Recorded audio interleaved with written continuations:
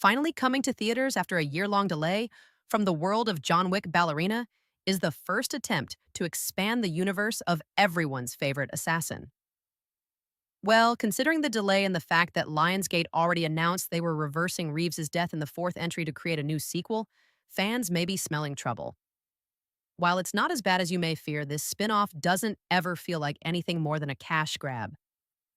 Ballerina follows Eve Macarro, Ana de Armas, a member of the Ruska Roma family, the same family to which John Wick belongs, as she sets out on a quest to get revenge on the people who killed her father when she was a child. Along the way, she gets caught up in a conspiracy involving a kidnapped child and a killer cult. The thing that really weighs from the world of John Wick, Ballerina down is its generic storytelling. In many ways, it feels like writer Shay Hatton, who worked on John Wick. Chapter 4, in addition to Zack Snyder's Rebel Moon movies, focused too hard on telling a story. Give fans nonstop, unforgettable action, and they'll be satisfied.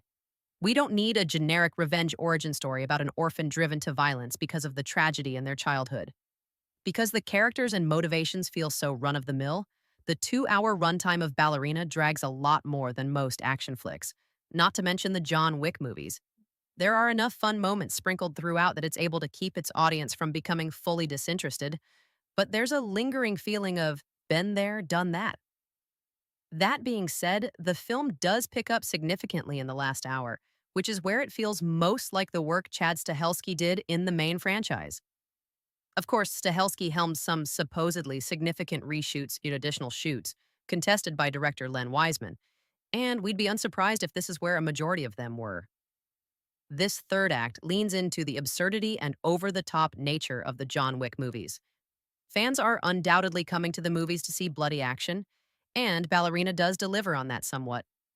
Because the protagonist of this film is a much less seasoned combatant than Reeves's Baba Yaga in the other movies, Eve feels a lot more vulnerable.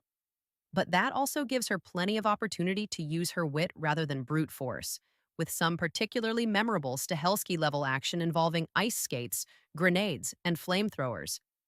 Indeed, the person whose absence is felt most from Ballerina is not Stahelski, as his touch can be felt all over the movie. It's Oscar-nominated cinematographer Dan Laustsen. The last 3 Wick films, lensed by Laustsen, looked fantastic and elegant. Ballerina's cinematographer, Romain Lacourbas, brings very little style to his camera work, shooting the movie in a way that feels frustratingly second-unit-esque. Ana de Armas also isn't as compelling of a lead as Keanu Reeves.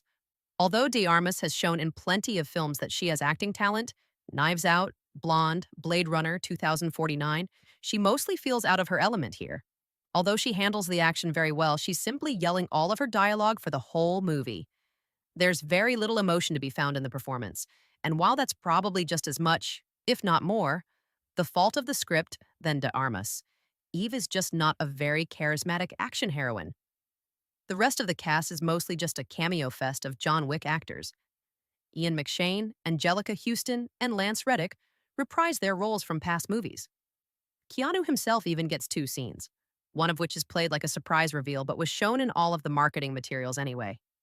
The 2 notable new additions to the cast are Gabriel Byrne, Hereditary, who is forgettable as the villain, and Norman Reedus, The Walking Dead, who feels underutilized.